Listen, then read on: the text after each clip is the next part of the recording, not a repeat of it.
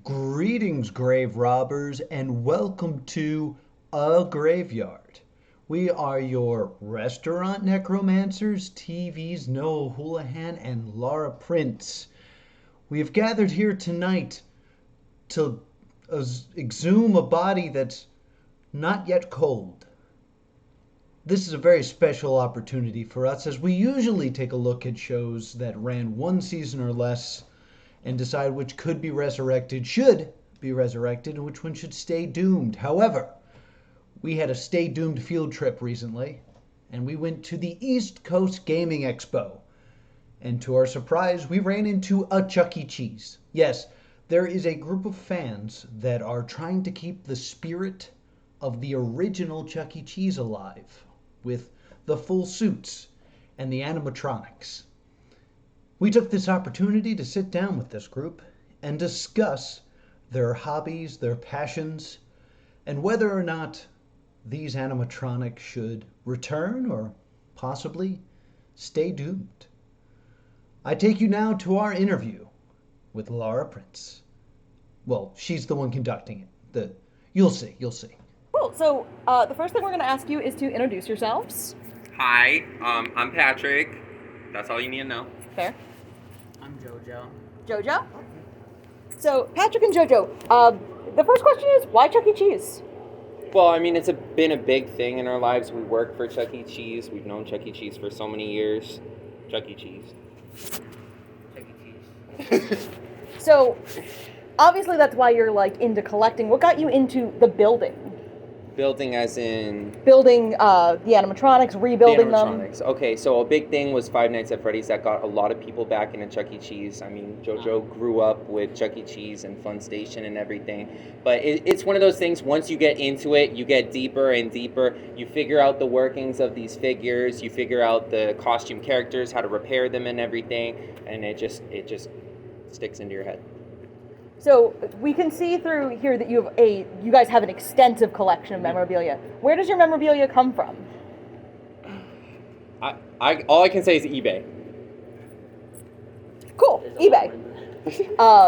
So what is your favorite piece of memorabilia that you have?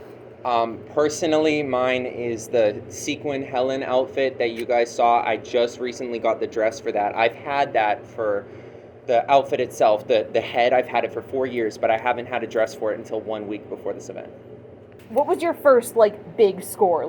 Obviously there's a lot of the merchandise that used to be, fairly easy to come by because it was prize counter merchandise, but what was your first, big score? I got this pizza cam animatronic. I still have it. I don't talk about it. But I got a Munch costume. That was the first thing because I'm online. I'm big into the costumes and stuff. I got a Munch costume. Eventually, it ended up in his hands, and that's how I got the Helen costume. So, how did you guys build this community? Because there's two of you on camera right now, but this room is full of people who've worked really hard to make this. How did this community start? Well, when two losers meet on the internet, you have nothing else to talk about. This is by far not the worst outcome of two people meeting on the internet.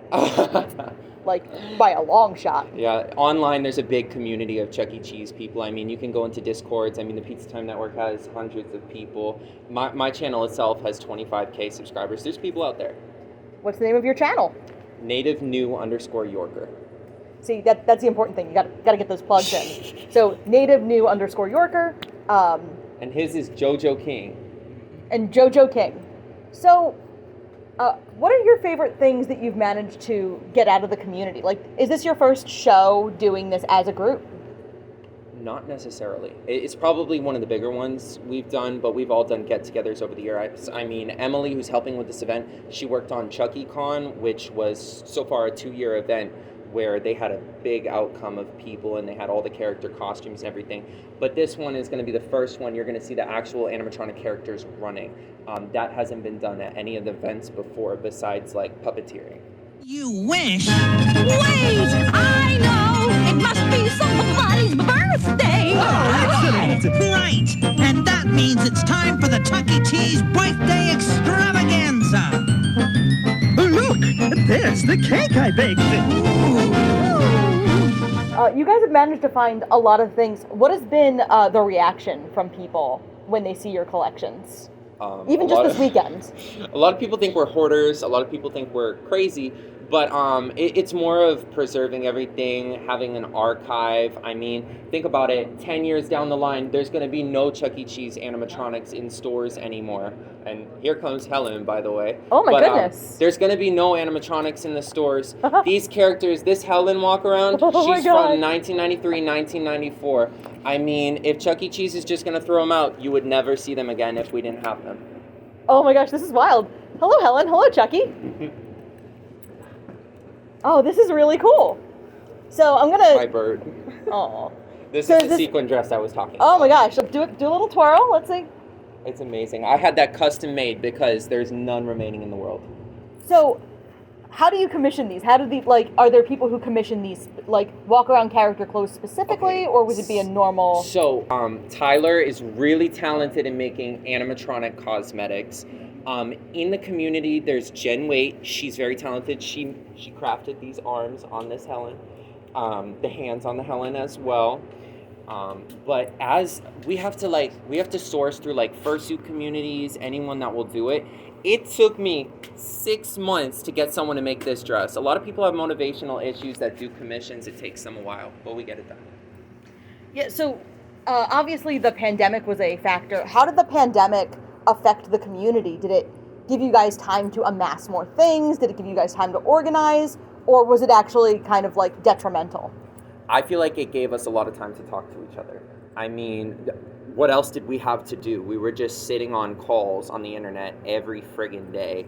I mean, it brought us closer together. As for the community, we didn't know what was going to happen to Chuck E. Cheese at the time, because Chuck E. Cheese was open for carry out only, and the future was not looking bright. There was actually a big controversy with Chuck E. Cheese that they were calling themselves Pasquale's Pizza on Grubhub. Did you guys find yourselves fielding questions from your friends and family about that situation? There was a lot of questions, but the thing with Pasquale's is it's actually a premium menu. The pizzas are made different. They use more ingredients and it's cheaper. A large pizza for Pasquale's is normally $13.99. A regular Chuck E.'s is $18.99. So it's also cheaper. It's a deal. Legitimately didn't know that, because I remember there was a point where you and I were about, Noah and I, Noah's running the camera, we're going to order a full-on birthday party from Chuck E. Cheese to our home, because we were kind of just down. So what do you think about the reception? What has been the reception here? You said people think you're hoarders in other circumstances, but in a place like this, if you go downstairs in the vendor's hall, nobody's a hoarder. There's no judging on that front. So what has been the reception at East Coast Gaming Expo? Oh my God. I mean, everyone comes in here, they're like, Chuck E. Cheese? We went to Chuck E. Cheese when we were younger. There's a lot of people taking pictures with the characters. The characters went to a rave last night, and everyone just partied. I mean, what can I say? Will the characters be walking around at any point today? Yes, they will. That sounds really, really fun. Let us know. We'll follow them around for a little bit to see how that goes, because that would be really fun footage to get. We're kind of do a stay tuned or stay doomed model. Yeah. Do you think there's any hope for these kinds of characters coming back into the Chuck E. Cheese landscape? With the way they're doing it right now, every grand reopening, they bring all the characters. It's not these same characters, because obviously these ones are the older model, but they do bring them to every grand reopening. I don't think they'll necessarily be in stores. It takes a lot to take care of these characters, and there's no time in the stores to work on them. It's hard enough to work on Chucky. I mean, so I don't think it's going to make a mass appearance in stores, no. But for grand reopenings, they'll bring most of the characters out often. I know some of you have worked at Chuck E. Cheese's. Is there personnel on site that are specializing in animatronics or costumes? Is there specialized positions for that? So there is a technical management position. They're responsible for the stage, the games, as well as the costume characters, and they have this schedule that tells them when to work on everything. So they're the mastermind of that. That's fantastic. So what are you guys hoping? You guys have been doing this for a while, but you're both fairly young. What are you hoping to do with this long term? I was wondering if the long term goal is to open a museum, to tour.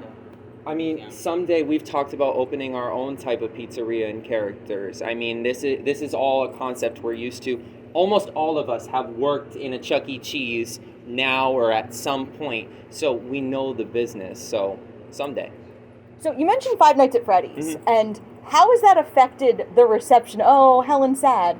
Helen, I feel like you're probably getting the worst of it because you do look most like a character. So how has that affected how people treat it? Do people treat you better, worse? Chica. No.